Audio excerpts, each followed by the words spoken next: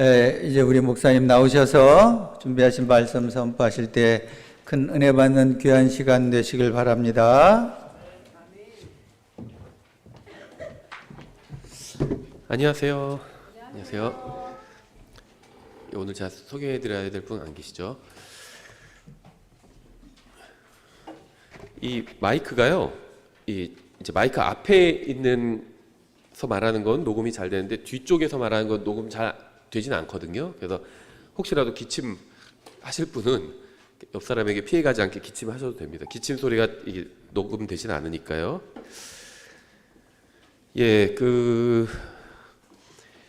저희가 주중에 잠언 강해를 시작했습니다. 그래서 주중 성경 공부는 가능하면 이제 구약 강해를 계속 하려고 합니다. 그리고 저희가 지금 주일 오후 성경 공부는 사도행전을 하고 있는데 오늘 26장을 다 나가고 그럼 이제 27장, 28장 남는데 아마 한 두세 번 정도 더 하면 끝나게 될 것 같습니다. 그래서 주일 오후 성경 공부는 가능하면 신약 강해를 나가고 또 이제 말씀드린 것처럼 다른 좀 주제별 강의 이렇게 성경 공부도 하도록 하겠습니다. 다른 광고는 없고요. 오늘 본문은 고린도후서 10장 5절입니다. 고린도후서 10장 5절. 고린도후서 10장 5절. 기도하신 것처럼 이렇게 지금 과학도 발전하고 그러니까 삶은 더 편해졌지만 우리가 영적으로 깨어 있고 또 어떻게 보면 주님의 뜻대로 사는 것은 과거에 비해서 조금 더 어려워졌다고 이렇게 볼 수도 있을 것 같아요. 왜냐하면 너무 풍요롭기 때문에 물질적으로 풍요롭기 때문에 영적으로는 깨어 있기가 좀 어려운 시대가 더욱 되어가는 것 같습니다. 고린도후서 10장 5절 제가 받들어 읽겠습니다. 고린도후서 10장 5절 우리는 상상하는 것들과 또 하나님을 아는 것을 대적하여 스스로를 높이는 모든 높은 것을 무너뜨리고 모든 생각을 사로잡아 그리스도께 순종하게 하며 그래서 오늘 주로 생각에 대해서 좀 더 살펴보려고 합니다. 먼저 잠깐 기도하겠습니다. 하나님 아버지 주님께서 주신 모든 은혜와 또 사랑으로 인해 감사드립니다. 선포되는 말씀을 통해 주님께서 저희 안에서 일해 주시기 원합니다. 예수님의 이름으로 기도드렸습니다. 아멘. 몸이 아프면 병원에 가서 치료를 받죠. 저도 환절기 때마다 이렇게 감기 걸리고 그래서 이제 그 종합감기약으로 하다가 안 되면 이제 병원에 갑니다. 그래서 지난주에도 병원에 다녀왔는데요. 그래서 치료받으니까 많이 좋아졌습니다. 사실. 마찬가지로 영적으로 문제가 있으면 주님께 나와서 이제 치료를 받아야 합니다. 병원에서 모든 병을 다 치료할 수 있는 것은 아니죠. 아시는 것처럼 제가 비염이 좀 있는데요. 이게 의사도 제 상태에 대해서는 정확히 설명을 해주는데 이비인후과 의사가 어떻게 치료할 수 있다는 얘기는 안 해주더라고요. 어느 정도는 그냥 감수하고 살 수밖에 없다 이렇게 얘기를 하더라고요. 그러니까 병원에서 모든 병을 다 치료해 줄 수 있는 건 아닙니다. 그렇죠? 근데 주님께서는 감사하게도 모든 영적 문제를 다 해결해 주실 수 있고 치료해 줄 수도 있습니다. 모든 영적 문제라고 제가 말씀드렸습니다. 영적으로 건강하지 못한 상태에 있다면 주님께 나와서 치료를 받아야 합니다. 진실한 마음으로 주님께 나오기만 한다면 모두 다 영적인 문제는 치료될 수 있습니다. 문제는 영적으로 건강해지고 싶은 마음이 있느냐 그렇지 않느냐 하는 마음에 달려있죠. 저도 정말 이렇게 병원 가는 걸 좋아하는 사람 없겠지만 저도 정말 너무 싫어하거든요. 근데 이제 제가 병원에 갈 땐 정말 이제 안 되겠다 싶으면 갑니다. 이대로 계속 감기가 심해지는데 계속 안 가고 버티면은 이게 하루 이틀로 끝날 것 같지 않고 아예 일주일을 통으로 날려버리게 될 것 같다. 이제 그런 느낌이 오잖아요. 그러면 이제 병원에 갑니다. 그러면은 이제 증세를 확 약화시켜 주죠. 그래서 일상생활하는데 지장 없게 만들어 주더라고요. 그러니까 정말 내가 이걸 좀 고쳐야겠다. 아주 중증이 아닌 이상은 그럼 병원에 가면 많은 부분이 해결이 되죠. 우리나라 같은 경우에 특히 문제점도 있지만 의료 환경이 그래도 좋은 편이잖아요. 전 세계적으로 보면. 그래서 많이 해결이 됩니다. 근데 영적인 문제는요, 하나님 앞에 나아가면 100% 해결될 수 있다는 겁니다. 그러니까 중요한 것은 내가 하나님 앞에 나가서 치료받을 마음이 있느냐 없느냐 거기에 달려 있는 거죠. 여러분 중에 마음이 상하고 깨진 분이 있으신가요?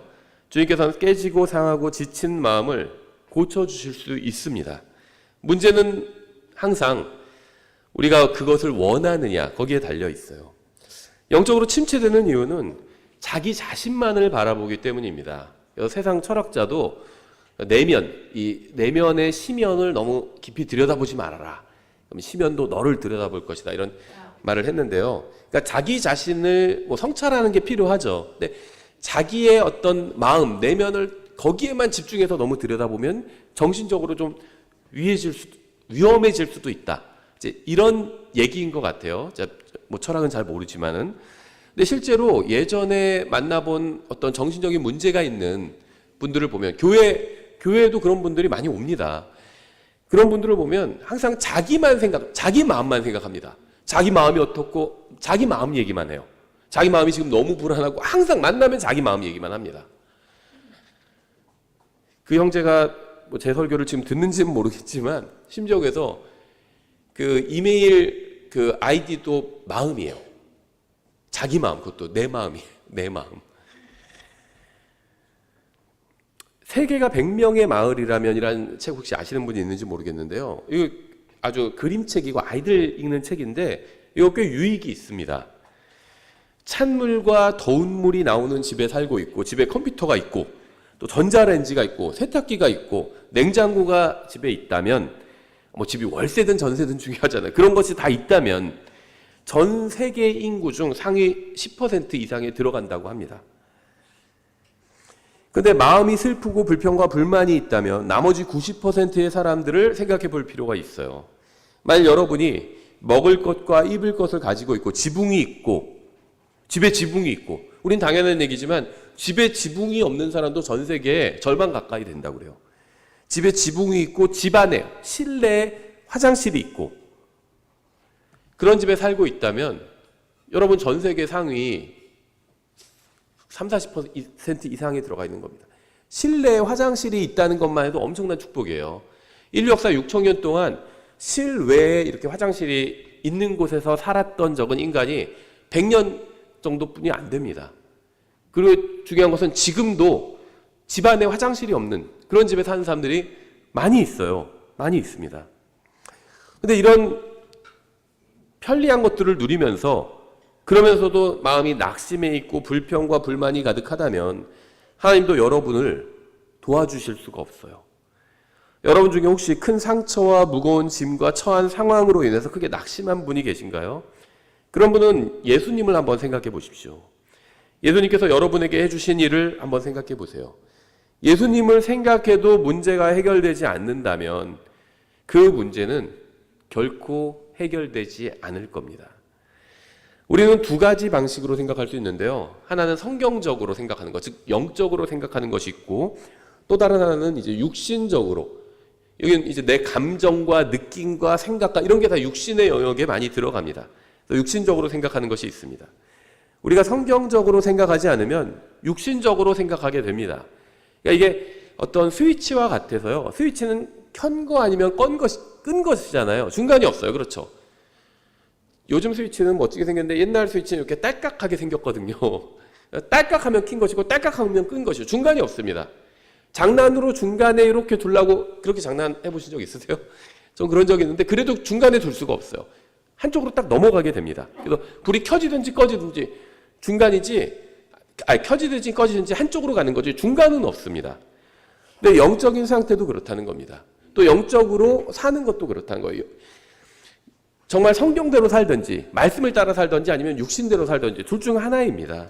중간지대가 없어요. 몸이 아프면 병원에 가죠. 아이가 갑자기 축 처져 있고 그러면요 병원에 갑니다. 저희도 그 응급실에 간 적이 여러 번 있습니다. 심지어 구급차 타고 간 적도 있어요. 근데 문제는 영적으로 완전히 병들어 있는데도 고침받으려고 하지 않는다는 겁니다. 막 죽으려고 하는데 피가 철철 나고 막 창자가 흘러 넘치는데도 지금 병원에 가야 되는데 막 말려. 괜찮아 안 가도 돼. 영적으로 그러고 있다는 겁니다. 육체적으로는 막 창자가 흘러 넘치고 그럼 당연히 막 병원에 가겠죠, 급하게. 근데 영적으로는 지금 그런 상태인데, 아사 직전의 상태인데도 괜찮아 전화하지 마, 괜찮아, 좀 더 버틸 수 있어, 그러고 있다는 겁니다. 낙심한 상태로 쓰러져 있는 것은 신앙생활은 아닙니다. 우리는 주님의 말씀대로 살면서 승리해야 합니다. 본문에 이렇게 되어 있죠. 오늘 우리는 상상하는 것과 또 하나님을 아는 것을 대적하여 스스로를 높이는, 모든 높은 것을 무너뜨리고 모든 생각을 사로잡아 그리스도께 순종하게 하며, 이게 지금 자기 마음속에서 일어나는 전쟁을 말하고 있는 겁니다. 자, 뭐 여러 번 말씀드리지만 진정한 영적 전쟁은요, 자기의 마음과 생각에서 일어납니다.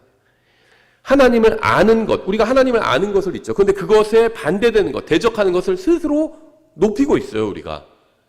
하나님을 아는 것, 하나님의 말씀, 그것에 대적하는 것을 우리가 스스로 높이면서 하나님의 말씀을 대적하는 것, 그것을 따라가고 있다는 겁니다. 주님께서는 우리가 생각을 통제하기를 원하십니다.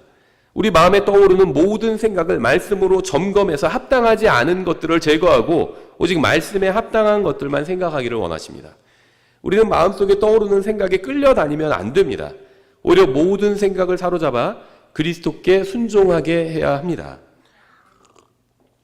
영적인 문제는 정신적인 문제예요. 그래서 이 스피리추얼이라는 말이 두 가지로 다 번역이 되죠. 보통 이 기독교에서는 영적으로 번역을 하는데, 스피리추얼 워페어 하면 영적 전쟁 이렇게 번역하죠. 근데 세상에서 스피리추얼이라고 하면 정신적인, 이렇게 번역을 많이 합니다. 그렇죠? 근데 사실 이 스피릿이란 말에는 영도 있고 이 정신도 들어가 있어요. 그래서 둘 다 포함하고 있는 말입니다. 이게 좀 한국말이랑은 다르죠. 성경에는 이러한 정신적이면서 영적인 문제들을 가진 사람들이 종종 나옵니다. 예를 들면 몇 사람 좀 보려고 하는데요. 창세기 26장에서 이삭과 리브가가 나오죠. 창세기 26장 34절에서 에서가 40세에 헷 족속 브에리의 딸 유딧과 헷 족속 엘론의 딸 바스맛을 아내로 취하였는데 그들이 이삭과 리브가에게 마음의 근심거리가 되었더라. 우리는 자녀를 사랑합니다. 하지만 아이들이 성경적인 결정을 하도록 강제할 수는 없어요. 길을 알려주는 것이 억지로 끌고 갈 수는 없습니다. 그렇죠? 그래서 우리가 그런 말도 있잖아요. 말을 뭐 우물가까지 데려갈 수는 있어도 그 물을 억지로 마시게 할 수는 없다, 이런 말이 있는 것처럼 아이들에게 하나님의 말씀을 가르쳐 주는 거죠. 또 하나님의 말씀을 어떻게 선택하고 그 말씀대로 따라서 살아야 하는지 그걸 가르쳐 줄 수는 있지만, 억지로 말씀대로 살게, 억지로 예수님을 영접하게, 억지로 정말 주님의 뜻에 맞는 결정을 하도록 그렇게 강제할 수는 없습니다. 이삭과 리브가는 에서로 인해서 마음에 근심이 생겼을 겁니다. 하나님의 말씀도 가르쳤겠죠, 이삭도. 하지만 에서가 하나님의 말씀대로 살도록 강요할 수는 없었다는 겁니다. 에서가 주님의 뜻을 벗어나서 이방 여자와 결혼을 하자 이삭과 리브가의 마음은 괴로웠습니다. 이건 뭐 우리도 마찬가지죠. 여러분 중에도 자녀로 인해서 마음에 큰 고통이 있는 분들이 있을 겁니다. 자녀를 생각하기만 하면 괴로운 분도 있을 거예요. 이삭과 리브가도 그랬습니다. 히브리서 11장에서는 이삭을 믿음의 사람이라고 부르고 있죠. 이삭은 분명히 믿음의 사람이었지만 또 구원받은 사람이었고 하나님과 동행하는 사람이었습니다. 그렇죠? 이삭 본인은 배우자 선택에 있어서도 아주 주님의 뜻에 맞는 제대로 된, 정말 본이 되는 선택을 했어요. 근데 큰아들인 에서는 주님의 뜻과 완전히 어긋나는 선택을 그것도 2번이나 했습니다. 동시에 그것도.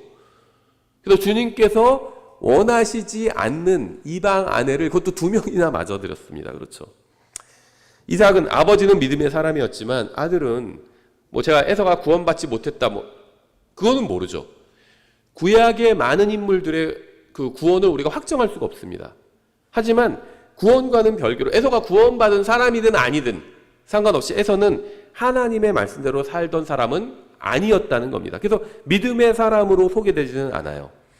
성경은 이삭과 리브가가 마음속에 근심을 가졌다는 이유로 그들을 정죄하지는 않습니다. 이미 장성한 아들의 잘못된 선택은 부모에게 책임이 있는 것은 아니기 때문이죠. 신명기 28장 15절에서 이렇게 말씀하고 있어요. 그러나 만일 내가 주 내 하나님의 음성에 귀를 기울이지 아니하여 내가 이날 내게 명령하는 그분의 모든 명령과 법규를 지켜 행하지 아니하면 이 모든 저주가 내게 임하고 너를 따라잡으리니. 하나님께서는 이스라엘 백성에게 말씀에 순종하지 않으면 벌을 주시겠다고 경고하셨습니다. 계속해서 64절에 주께서 너를 땅의 이 끝에서 저 끝까지 모든 백성들 가운데서 흩으시리니, 그러니까는 하나님의 말씀에 이스라엘 백성은 민족적으로는 하나님의 백성이었죠. 근데 하나님의 백성이 하나님의 말씀에 따라 살지 않는다고 해서 하나님께서 완전히 버리지는 않으십니다. 하나님은 이스라엘을 완전히 버리신 적은 없어요. 하지만 말씀에 순종하지 않으면 벌을 주시겠다고 지금 말씀하고 있는 거죠. 예, 그래서 계속해서 내가 거기서 너와 내 조상들이 알지 못하던 다른 신들 곧 나무와 돌을 섬기리라. 또 이 민족들 가운데서 내가 평안을 얻지 못하며 내 발바닥에 안식을 얻지 못하고 주께서 거기에서 내게 떨리는 마음과 쇠약한 눈과 이거 지금 현대 어떤 정신적인 질환의 증상들 아닌가요? 쇠약한 눈과 슬픈 생각을 주시리니. 몸 건강한데도요 계속 슬픈 생각만 하는 사람들이 있어요. 내 생명이 내 앞에서 의심 중에 드리워질 것이요 내가 밤낮으로 두려워하며 내 생명을 확신하지 못하리라. 내가 두려워하게 될 내 마음의 두려움과 내가 보게 될 것 즉 내 눈으로 보는 것으로 인하여 내가 아침에는 이르기를 저녁이면 좋겠다 하고 저녁에는 이르기를 아침이면 좋겠다 하리라. 여기서 표현하는 것은 여기서 표현하는 것에 대해서 세상은 불안과 염려와 공황과 공포라고 부릅니다. 다 정신질환이에요. 그렇죠? 세상에서 무엇이라고 부르던 간에 이것은 하나님의 말씀에 순종하지 않은 결과라고 볼 수 있습니다. 왜 아침에 일어나면 마음에 불안함이 있는지 아세요? 성경에 의하면 하나님의 말씀에 순종하지 않았기 때문에 마음이 불안한 겁니다. 왜 마음이 이 세상에 대한 염려로 가득 차 있는지 아세요? 하나님의 말씀에 순종하지 않았기 때문이에요. 성경에 의하면. 왜 밤에 근심과 염려 가운데 잠에 드는지 아세요? 하나님의 말씀에 순종하지 않았기 때문입니다. 이 세상에서의 삶이 힘든 이유는 하나님의 말씀에 순종하지 않았기 때문이에요. 여러분이 하나님의 말씀에 순종하지 않으면 여러분을 도와줄 수 있는 사람은 아무도 없습니다. 저도 여러분을 도와줄 수도 없고 주님도 여러분을 도와줄 수가 없습니다. 그러니까 말씀에 순종하지 않는 사람을 도와줄 수 있는 방법은 없어요. 이건 구원 문제와는 또 다른 문제죠. 구원에 대한 말씀에 순종하지 않으면 우리가 사도행전 오늘 공부할 때도 보게 되는데요. 복음에 순종한다 이런 표현이 나오죠. 구원에 대한 말씀에 순종하지 않으면 그 사람은 구원받을 수 없죠. 하나님도 그 사람을 구원해 줄 수가 없어요. 구원에 관한 말씀에 순종하지 않는 사람을 하나님께서 구원해 주실 방법이 없습니다. 그렇죠? 근데 이제 구원 이후에도 마찬가지예요. 구원에 관한 말씀에 순종해서 구원을 받았다 하더라도 성경에는 구원에 관한 말씀만 있는 게 아니잖아요. 다른 여러 말씀들이 있습니다. 그리스도인의 삶에 관한 말씀이 굉장히 많이 있어요. 우리가 이 세상에서, 이 사악한 세상에서 어떻게 살아야 하는지에 관한 말씀이 많이 있습니다. 근데 그런 말씀에 순종하지 않는 사람을 도와줄 방법이 없다는 겁니다. 그러니까 영적인 문제를 해결하기 위한 첫 걸음은 하나님 앞에서 회개하고 마음을 바꾸는 거예요. 내가 그동안은 하나님의 말씀에 따라 살지 않았지만 이젠 말씀에 따라 살겠다. 거기서부터 영적인 문제가 해결되기 시작합니다. 영적인 문제가 뭐냐? 불안, 염려, 공황, 공포 이런 것들이에요. 이런 것이 이제 거기서부터 해결될 수 있다는 겁니다. 만약 여러분 중에 불안과 염려와 걱정과 근심과 염려 가운데 계신 분이 있다면 저는 그분께 하나님의 말씀대로 살고 있느냐고 묻고 싶어요. 성경에 의하면 사람들이 두려움과 근심과 걱정과 염려 가운데 세상을 살고 있는 이유는 하나님의 말씀대로 살지 않고 하나님과 동행하지 않기 때문입니다. 이 세상은 알 수가 없죠. 정말 캄캄한, 주님께서 오시기 전까지는 영적으로 아주 캄캄한 곳입니다. 아무리 과학이 발전하고 빛을 많이 만들어내도요, 이 세상은 영적으로는 아주 캄캄한 곳입니다. 인간은 어떤 어둠에 대한 공포가 있잖아요. 집에서도요, 아이가 저희 막내는 혼자 화장실 가기 두려워합니다. 그럼 어떻게 하죠? 같이 가달라고 그래요, 아빠랑. 아빠랑 같이 가면, 손잡고 가면요, 깜깜해도 무서워하지 않아요. 그러니까 우리가 두려움과 공포 가운데 있는 이유는 하나님과 동행하지 않기 때문이에요. 하나님과 동행하면요, 아무것도 무서울 게 없습니다. 여러분은 영적으로 건강해질 수 있습니다. 이 세상에서 염려와 걱정과 근심 없이 살 수 있습니다. 아무것도 두려워하지 않고 살 수 있습니다. 사람이든 상황이든 그것이 무엇이든 간에 여러분이 주님 외에 무엇인가를 두려워한다면 여러분은 영적으로 병에 걸려 있는 겁니다. 하지만 여러분이 원하면 영적으로 아주 건강하게 살 수 있다는 겁니다. 잠언 21장 27절 이렇게 되어 있어요. 사악한 자의 희생물은 가증한 것이거늘 하물며 그가 사악한 생각으로 그것을 가져오면 얼마나 더 가증하겠느냐. 우리 사회의 문제는 죄를 더 이상 죄로 여기지 않는다는 데 있습니다. 뭐 우리나라만 그런 것이 아니라 지금 현대 사회가 다 그런 방향으로 가고 있죠. 우리도 아직은 낙태를 처벌하는데요. 사실 사문화돼 버렸어요. 실제 낙태했다고 해서 처벌받은 사람 본 적 있습니까? 없습니다. 그렇죠? 저도 가물가물한데 아직 근데 형법에 낙태죄가 있죠. 간통죄는 진작에 없어졌어요. 이건 뭐 우리나라만 그런 게 아니라 전 세계적으로 다 없어졌습니다. 간통에 대해서는 민사적으로 손해배상 책임은 있지만 형사적인 책임은 더 이상 지지 않는다는 겁니다. 그러니까 죄를 죄로 여기지 않는 거예요. 그렇죠? 이게 이 현대 사회의 방향이죠. 뭐 우리나라만 그런 게 아니라 다 그래요. 어느 나라 다 그래요. 뭐 미국 같은 나라, 보수적인 나라도 그렇고요. 다 없어져 버렸습니다. 간통죄 처벌하지 않아요. 그러니까 죄를 더 이상 죄로 여기지 않습니다. 왜냐하면 영상 매체가 인터넷이든 TV든 영화든 그런 영상 매체가 의와 죄의 기준을 바꿔버렸기 때문입니다. 사람을 죽이고 간음을 하고 음행을 하는 것을 화면으로 보면서 사람들은 누군가 죄를 짓는 것을 보고 있다고 생각하지 않고 오락 영화나 드라마를 즐겼다고 생각합니다. 이러한 것들에 물들면 결국 생각이 사악해집니다. 그러니까 세상이 계속 그런 것들을 보면서 괜찮아, 이거 영화야. 사람 좀 죽이고 강간하고 뭐 물건 좀 훔치고 그런 걸 보여줘요. 그러면서 괜찮아, 이건 영화야, 이거 가짜야. 그런 느낌을 준다는 겁니다. 그러니까 그런 나쁜 짓을 하는 걸 보면서도 아, 저건 영화야, 가짜, 이런 생각을 하는 거예요. 그래서 봐도 돼, 이 생각을 한다는 겁니다. 진짜가 아니니까. 이런 것들에 생각과 마음이 물들면 결국 사악해집니다. 죄를 더 이상 죄로 여기지 않고 그저 들키지만 않으면 된다고 생각하게 됩니다. 생각이 사악해지면 마음도 사악해집니다. 이 둘은 서로 긴밀하게 연결되어 있어서 서로 굉장히 큰 영향을 주고받습니다. 사악한 마음에 대한 유일한 치료책은 말씀의 물로 마음과 생각을 씻어내는 것밖에 없습니다. 말씀의 물로 매일 씻지 않는 사람의 마음과 생각은 주님 앞에서 더럽고 사악합니다. 이건 구원받은 여부와 상관없어요. 이것이 성경적 사실입니다. 성경은 잠언 11장에서 누군가는 사악한 생각을 가지고 있다고 분명하게 말씀하고 있어요. 그 누군가는 바로 말씀의 물로 매일 마음과 생각을 씻어내지 않는 사람인 겁니다. 성경은 여기저기서 영적 질병에 대해서 말씀하고 있어요. 다니엘에도 나오죠. 다니엘서 5장 20절에 그의 마음이 높아지며 그의 생각이 교만 속에서 강박하게 되므로 그가 자기 왕자에서 쫓겨나고 그들이 그에게 그의 영광을 빼앗으며 그가 사람들의 아들들에게서 쫓겨나 느부갓네살 얘기죠. 그의 마음이 짐승들의 마음과 같이 되고 또 그의 거처가 들나귀들과 함께 짐승들의 마음과 같이 된 사람들 많이 있습니다. 또 그들이 소처럼 그에게 풀을 먹이매 그의 몸이 하늘의 이슬에 젖었고 마침내 그가 지극히 높으신 하나님께서 사람들의 왕국에서 다스리시며 자신의 뜻대로 누구든지 세우사 그것을 다스리게 하시는 줄을 알게 되었나이다. 이 본문은 정신건강과 영적 건강이 서로 얼마나 긴밀한 관계를 맺고 있는지 아주 잘 보여주고 있어요. 이 사람은 왕궁에서 살다가 하루아침에 노숙자가 되었습니다.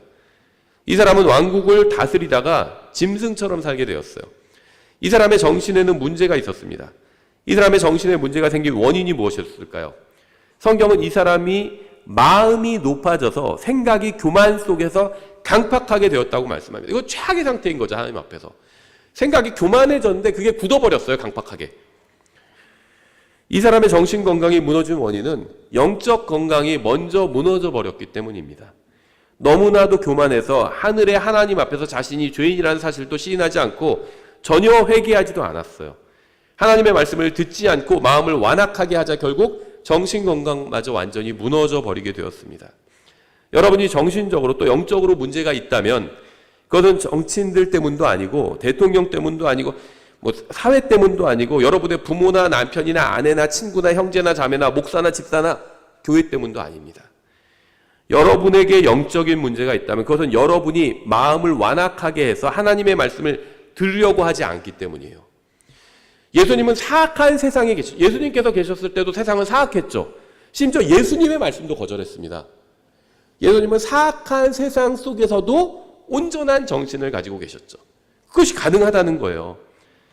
그저 하나님의 말씀을 들을 수 없다는 핑계만 되기 때문에 여러분은 영적 질병에 걸려 있는 겁니다. 주님의 말씀대로 살지 않는 가장 큰 이유 중 하나는 교만입니다. 자신이 하나님보다 더 똑똑하다고 생각하기 때문에 하나님의 말씀대로 살지 않는 겁니다. 만약 여러분이 걱정과 근심과 염려로 가득 차 있다면 그 원인은 아마도 주님과의 관계에 큰 문제가 생겨서일 것입니다. 어쩌면 주일에는 교회에도 나와서 예배도 드리지만 매일 주님의 말씀을 읽고 주님과 매일 교제를 나누는 데에는 실패했기 때문에 영적 질병에 걸려 있는 것일 수 있습니다. 자기 인생의 주인은 자기라고 생각해서 하나님의 말씀이 아닌 자기 마음대로 살았기 때문에 결국 인생이 걱정과 근심과 염려로 가득 차 버리게 되는 겁니다. 오늘날 많은 사람이 하나님을 원망하고 있어요. 하나님 믿는 기독교인들 중에서도요, 하나님께 감사하기보다는 원망하면서 사는 사람들이 굉장히 많습니다. 구원받지도 않고 하나님의 존재를 믿지도 않는 사람들마저 하나님을 원망하기도 합니다. 안타까운 점은 많은 그리스도인들이 마음 깊은 곳에서 하나님을 원망하고 있다는 겁니다. 사람이 할 일은 하나님의 말씀을 읽고 그 말씀대로 사는 것입니다. 내가 중심이 되면 안 돼요. 말씀을 읽으면 믿음은 들으면서 옵니다. 믿음이 안 생겨요. 왜 안 생길까요? 읽지 않으니까. 자꾸 다른 것들만 쫓아다니니까, 사람들 말만 쫓아다니고 그러지 말고요. 하나님의 말씀에 집중해 보십시오. 그럼 믿음이 생깁니다. 믿음은 들음에서 오거든요. 그 들음은 하나님의 말씀에서 와요. 그럼 어떻게 읽어야 돼요? 성경을 소리내서 읽어보세요. 집에 혼자 있을 때. 소리내서 읽으면 그 소리를 내가 듣게 되잖아요. 그럼 믿음은 들음에서 오거든요. 그 들음은 하나님의 말씀에서 와요. 로마서 1장 21절 이렇게 됐어요. 그들이 하나님을 알되 그분을 하나님으로 영화롭게 하지도 아니하고. 여러분 하나님 아시나요? 여러분은 하나님을 영화롭게 하고 계신가요? 잘 생각해 보세요. 이 말씀을. 하나님으로 영화롭게 하지도 아니하고 감사하지도 아니하며. 지금 여기서는 구원받지 못한 사람의 상태에 대한 설명을 하고 있지만 영적인 면에서 많은 구원받은 사람들이 여기에 해당이 됩니다. 하나님을 알면서도 하나님께 감사하지도 아니야. 오히려 자기들의 상상 속에서 허망해지고 또 그들의 어리석은 마음이 어두워졌나니 그들은 스스로 지혜롭다고 선언하나 어리석은 자가 되어 썩지 아니할 하나님의 영광을 썩을 사람이나 새나 네 발 달린 짐승이나 기어다니는 것들과 같은 형상으로 바꾸었느니라. 이것은 구원받지 않은 사람들에 대한 말씀이지만 구원받은 사람들에게도 충분히 영적으로 적용해 볼 수 있습니다. 구원받은 사람은 당연히 하나님을 섬겨야 합니다. 하지만 구원받은 수많은 사람이 하나님이 아닌 다른 것들을 섬기면서 살아갑니다. 여러분이 하나님을 섬기라는 건 그래야 하나님께 이득이 된다, 그런 얘기가 아니에요. 하나님은 전지전능하신 분이 창조자예요. 우리가 아무것도 안 해도 하나님께 무슨 손해가 나는 것도 없고요. 우리가 우리 걸 다 갖다 바친다 해도요, 하나님께 이득되는 거 별로 없습니다. 생각해 보세요. 여러분 전 재산을 다 모아서 빌 게이츠한테 입금해 준다고 해서 빌 게이츠가 더 부자가 되나요? 티도 안 나요. 티도 안 나요. 하나님께서 사람을 창조하실 때 하나님을 섬기고 다른 사람들을 섬기도록 만드셨습니다. 자기에 집중하면 그래서 사람은 불행해져요. 하나님에 집중하고 다른 사람들에게 집중하면 행복해집니다. 여러분, 부모가 언제 행복한 줄 아세요? 사람이 행복하는 순간들이 많이 있지만 자식들에게 필요한 것들을 공급해주고 자식들을 위해서 살 때 부모가 또 행복합니다. 지금 특히 아기들 낳아서 그럼 얼마나 보고 싶어요? 아기가 분유도 맛있게 먹고 그러면 기쁨이 옵니다. 아기가 분유 맛있게 먹는 거고 내가 힘들게 번 걸 그냥 다 먹어 치우는구나 이렇게 생각하는 부모 없어요. 감사하고 기쁨이 넘쳐요. 그 모습만 보면 즐거워집니다. 행복해져요. 하나님께서 사람을 그렇게 만드셨습니다. 24절 그러므로 하나님께서도 그들 마음의 정욕을 통해 부정함에 내주사 그들이 자기들의 몸을 서로 욕되게 하셨으니 그들은 하나님의 진리를 거짓으로 바꾸고 창조자보다 창조물을 더 경배하고 섬겼느니라. 그분은 영원히 찬송받으실 분이시로다. 아멘. 이런 까닭에 하나님께서 그들을 수치스러운 애정에 내주셨으니 이는 심지어 그들의 여자들도 본래대로 쓸 것을 본성에 어긋나는 것으로 바꾸었기 때문이라.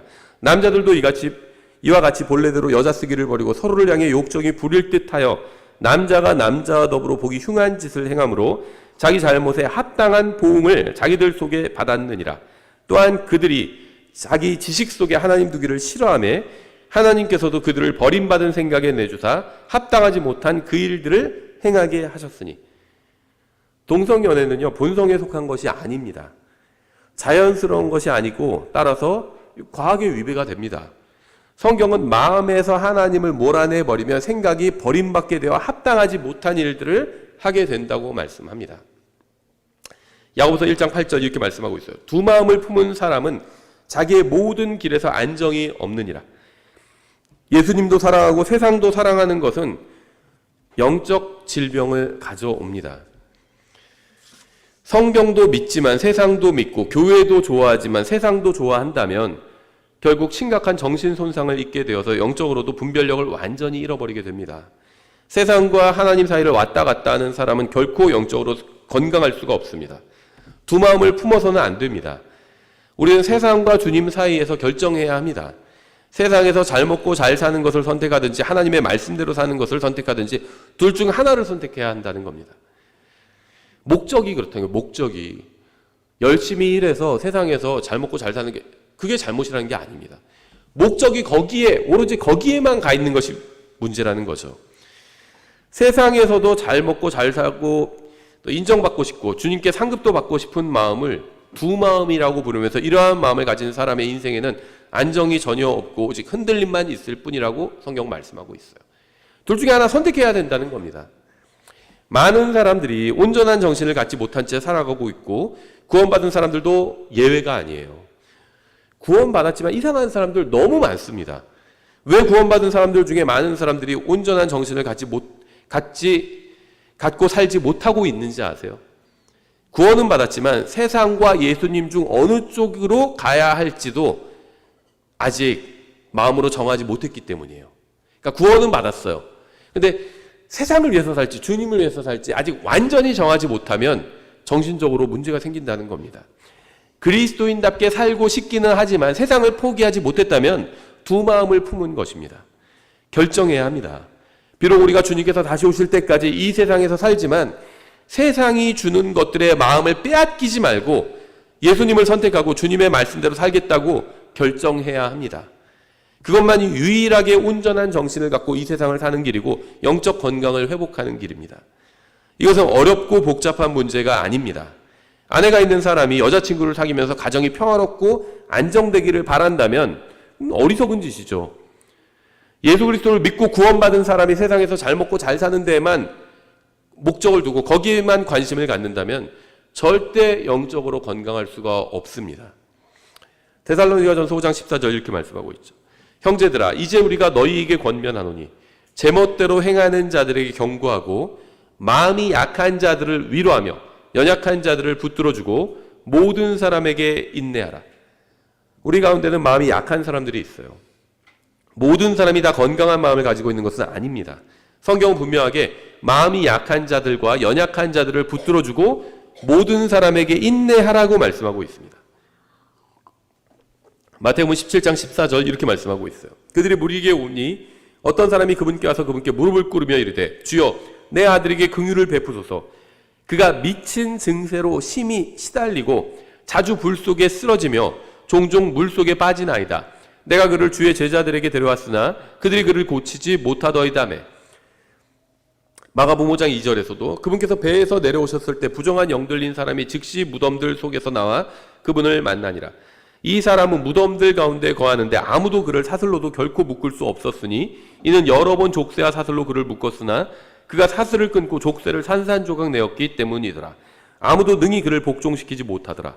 그가 늘 밤낮으로 산이나 무덤에서 소리를 지르며 돌로 자기 몸을 베고 있더라.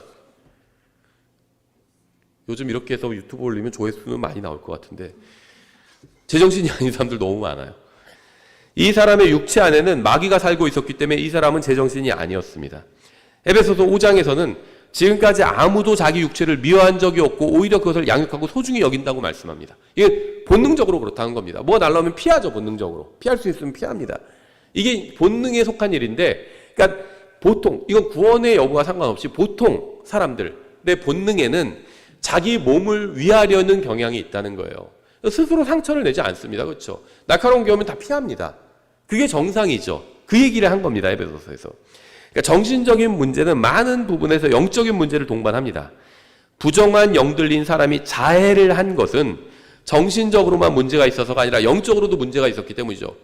막 어떤 사람이 자해하고 있어요. 그럼 그건 정신적으로 문제가 있어요. 당연히. 그런데 성경에선 그런 사람 중에는 영적으로 문제가 있는 사람들이 있었다. 이렇게 그걸 보여주는 거죠. 그래서 보니까 마귀 들린 상태였다. 이 말씀을 하는 거잖아요. 그렇죠? 자해하는 것은 인간의 본성에 속한 것이 아닙니다. 물론 자해한다고 해서 모두 다 마귀 들렸다고 할 수는 없겠지만 성경에 의하면 마귀 들린 사람의 전형적인 특징이 신체를 자해하는 것은 명백합니다. 이렇게 정신적인 문제는 영적 건강에만 영향을 끼치는 것이 아니라 육체에도 영향을 끼치게 됩니다. 열왕기상 18장에서 엘리야는 바알의 대언자 450명과 작은 숲의 대언자라고 나오는데 400명 또한 850명의 거짓 대언자와 대결해서 승리를 합니다.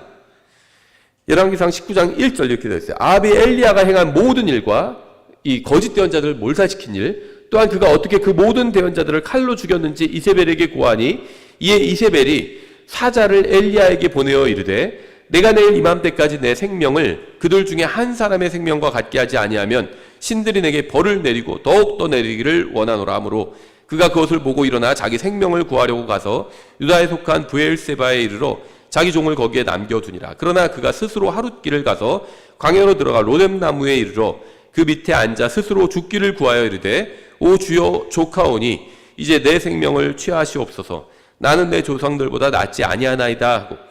엘리야는 영적으로 큰 승리를 했지만 이세벨로 인해서 두려워하고 육신적인 사람이 되어서 이제는 자기가 혼자라고 생각했습니다. 그래서 혼자 있었어요.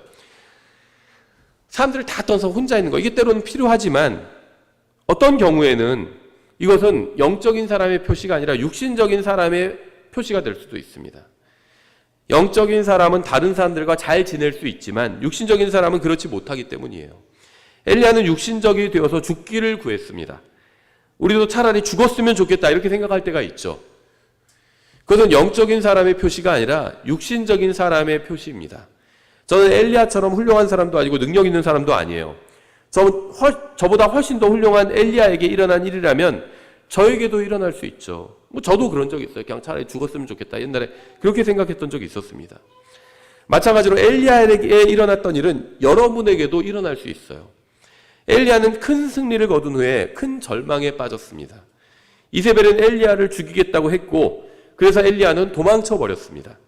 그런데 이상한 점은 엘리야는 자신을 죽이려고 하는 이세벨을 찾을 수 없는 안전한 곳까지 도망치고 나서 하나님께 죽여달라고 요청했다는 거예요.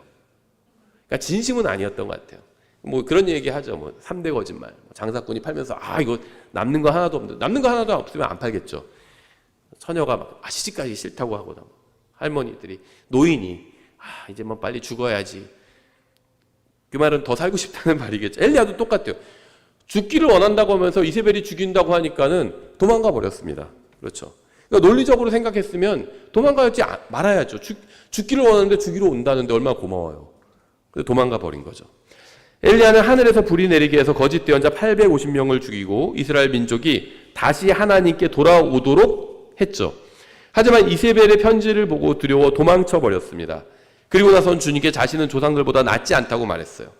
도망치기 전에 한창 큰 승리를 하고 있을 때에는 자기가 조상들보다 훨씬 낫다고 생각했을 겁니다. 자기가 아는 대언자 중에 이런 큰 기적을 행한 사람이 없잖아요. 그렇죠? 모세 빼고 없어요. 엘리야는 거짓 대언자들에게 승리를 거두면서 자신이 다른 사람들보다 낫다고 생각했습니다. 훨씬 더 영적이라고 생각했겠죠. 그럴 때 하나님께서는 우리 자신을 보게 해주십니다. 우리 자신의 모습이 얼마나 형편없는지 보게 해주십니다. 위대한 대언자였던 엘리야는 죽기를 구했습니다. 야고보서는 엘리야가 우리와 동일한 성정의 지배를 받는 사람이라고 말씀하고 있죠. 우리 같은 사람이라는 겁니다. 엘리야에게 일어났던 일은 우리에게도 일어날 수 있어요. 하나님께서는 우리 자신이 얼마나 형편없는 자인지 보여주실 때 그때가 바로 주님께 다시 돌아올 때입니다. 민수기 11장 4절 이렇게 말씀하고 있어요. 그들 가운데 섞여 사는 무리가 탐욕에 빠짐에 이스라엘 자손도 다시 울며 이르되 누가 우리에게 고기를 주어 먹게 할까? 이스라엘 백성은 출애굽 후에 불평했습니다. 백성의 원망을 들은 모세는 하나님을 원망했죠. 11절 모세가 주께 아뢰되 주께서 어찌하여 주의 종을 괴롭게 하셨나이까? 어찌하여 내가 주의 눈앞에서 호의를 입지 못하며 또 주께서 이 온 백성의 짐을 내게 떠맡기시나이까? 이 온 백성을 내가 수태하였나이까? 내가 그들을 낳았기에 주께서 내게 말씀하시기를 양육하는 아버지가 젖먹이를 품듯 그들을 내 가슴에 품고 내가 그들의 조상들에게 맹세한 땅으로 가라 하시나이까? 이 온 백성에게 줄 고기를 내가 어디서 얻으리이까? 그들을 나를 향하여 울며 이르기를 우리에게 고기를 주어 우리가 먹게 하라 하오니 이 일이 내게 심히 무거워 나 혼자서는 이 온 백성을 감당할 수 없나이다. 주께서 나를 이같이 대우하실진데 원하옵나니 내가 주의 눈앞에서 호의를 입었거든 즉시 나를 죽여 내가 내 비참한 모습을 보지 않게 하옵소서 하니라. 모세는 하나님께 죽여달라고 간구했습니다. 모세는 홍해를 가르고 장대에 달린 뱀으로 온 백성을 살렸어요.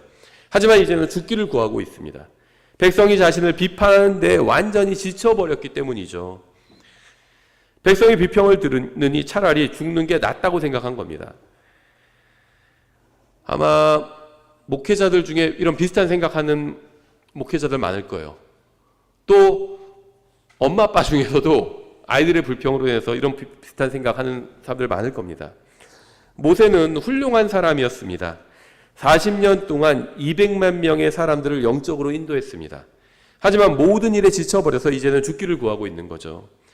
우리는 내가 내 비참한 모습을 보지 않게 하옵소서라는 모세의 말을 주목해 볼 필요가 있어요. 엘리야가 주님이 아닌 자신에게 초점을 맞추었을 때 그는 두려움에 휩싸여 도망쳐버렸고 죽기를 구했습니다. 모세도 주님이 아닌 자신에게 초점을 맞췄을 때 죽기를 구했어요. 내가 내 비참한 모습을 보지 않게 하옵소서. 자기를 보고 있었던 겁니다. 그러니까 자기 모습이 너무 비참해요. 백성들은 계속 뭔가 요구하는데 자기가 해줄 수가 없고 또 백성들에게 많은 은혜를 베풀어 줬잖아요. 모세가. 근데 백성들이 고마워하지도 않고 감사하지도 않고 불평만 합니다. 그런 자기 모습을 보니까 너무 처참해요. 내가 이러려고 좀 이 민족을 인도자가 되었나? 그렇게 생각이 들었겠죠. 욥기 1장 8절 이렇게 말씀하고 있어요. 주께서 사탄에게 이르시되 내가 내 종 욥을 깊이 생각해 보았느냐? 그와 같이 완전하고 곧바르며 하나님을 두려워하고 악을 멀리하는 자가 땅에 없느니라 하시니라. 욥은 하나님께서 자랑하실 만큼 훌륭한 사람이었습니다. 근데 욥기 6장 8절 이렇게 되어 있어요. 아, 내가 요청하는 것을 내가 받고 내가 갈망하는 것을 하나님이 주시면 좋겠구나. 심지어 하나님께서 나를 멸하기를 기뻐하사 자신의 손을 놓으시고 나를 끊어버리시면 좋겠구나. 하나님께서는 욥이 훌륭한 사람이라고 마귀에게 자랑하셨습니다. 그러자 사탄은 욥과 스파링을 했어요. 3회전 스파링을 하겠다 이렇게 간구했습니다. 주님께서 허락하시자 욥은 2라운드에서 KO가 된 겁니다. 그래서 자신을 죽여달라고 하나님께 간구하기 시작했습니다. 엘리야와 모세와 욥은 모두 다 훌륭한 사람이었습니다. 하지만 이들은 모두 죽기를 구한 적이 있어요. 그들은 훌륭한 사람들이었지만 완전히 나락으로 떨어진 적이 있었습니다. 하지만 그들은 나락으로 떨어진 상태에서 주저앉지는 않았어요. 모두 다시 믿음으로 일어서서 신앙의 경주를 이어갔습니다. 정신적인 고통과 영적인 고통은 분명히 존재합니다. 아무리 열심히 믿음을 가지고 산다 해도 죽고 싶을 만큼 괴로운 영적인 고통이 찾아올 때가 있어요. 욥도 그랬고요. 엘리야도 그랬고 모세도 그랬고 또 다윗도 그랬습니다. 우리도 그들처럼 끝까지 믿음으로 말씀을 붙든다면 결국 모두 다 헤쳐나갈 수 있습니다. 주님께 죽여달라고 기도한 사람들 중에는 요나도 있죠. 요나서 4장 8절 이렇게 되어 있어요. 해가 뜰 때 하나님께서 뜨거운 동풍을 예비하셨고 또 해가 요나의 머리에 내리쬐매 그가 기진하여 스스로 죽기를 바라며 이르되 사는 것보다 죽는 것이 내게 더 낫나이다 하니라. 요나는 한 민족이 회개하여 부흥하는 것을 보고 죽기를 원했습니다. 요나는 거리에서 설교를 했고 도시 전체가 그의 설교를 듣고 회개하고 주님을 믿었습니다. 그러자 그는 죽여달라고 주님께 간구한 겁니다. 그는 주님이 아닌 자신에게 초점을 맞추었기에 이런 결론을 이룬 거예요. 비록 다른 원수의 민족이지만 한 민족이, 느헤 민족이 구원을 받았어요. 얼마나 감사한 일입니까? 근데 그게 아니라 자기 자신을 본 거죠. 나와 원수된 이민족이 구원받아. 그러니까 자기 비참하다고 생각한 겁니다. 고린도서 1장 8절 이렇게 되어 있어요. 형제들아, 아시아에서 우리에게 닥친 우리의 고난에 대하여 너희가 모르기를 우리가 원치 아니하노라. 우리가 힘에 겹도록 한량없이 눌려 심지어 생명까지도 단념하고. 사도 바울은 극심한 고난으로 인해서 자신이 죽게 되리라고 생각했습니다. 엘리야와 모세와 욥과 요나와 바울은 모두 극심한 고난과 영적 어려움으로 인해서 죽기를 바라거나 곧 자신이 죽게 될 것이라고 생각했습니다. 이렇게 되면 나 그냥 죽겠구나, 다 망하겠구나, 이런 생각을 한 겁니다. 하지만 이들은 모두 자신들이 죽으리라고 생각한 시기에 죽지 않았고 그 후에도 살아서 주님을 섬겼습니다. 우리는 영적 어려움과 영적 질병이 있다는 사실을 부인하지 않습니다. 분명히 영적 질병이 있고 우리 중 많은 사람들이 이 질병에 걸려 있습니다. 하지만 하나님께서 우리의 영적 질병을 고쳐주시고 승리를 주실 수 있다고 믿습니다. 항상 하나님께 해결책이 있고 정확한 약이 있다는 사실을 우리는 알고 있어요. 근데 여기는 이제 전제 조건이 있습니다. 초점을 자신이 아닌 주님께 맞춰야 합니다. 자신을 바라보면 병에 걸리기 시작합니다. 정신적인 병, 또 영적인 병에 걸립니다. 하지만 주님께로 초점이 향하면 그러면 그 영적 질병에서 고침을 받을 수 있어요. 자신의 생각으로 살지 말고 하나님의 말씀으로 살아야 합니다. 이것만이 영적 질병을 이겨내고 승리할 수 있는 유일한 길입니다. 기도하겠습니다. 하나님 아버지, 주님께서 주신 말씀으로 인해 감사드립니다. 저희가 이 세상에서 일어나는 일들이나 저희 주위에서 일어나는 일로 인해서 지나치게 근심하거나 염려하지 않게 도와주시기 원합니다. 저희의 마음과 생각을 오직 주님께만 고정시킬 수 있게 도와주시기 원합니다. 저희가 주님의 뜻 안에서 말하고 걷고 또 일하고 살 수 있게 도와주시기 원합니다. 예수님의 이름으로 기도드렸습니다. 아멘.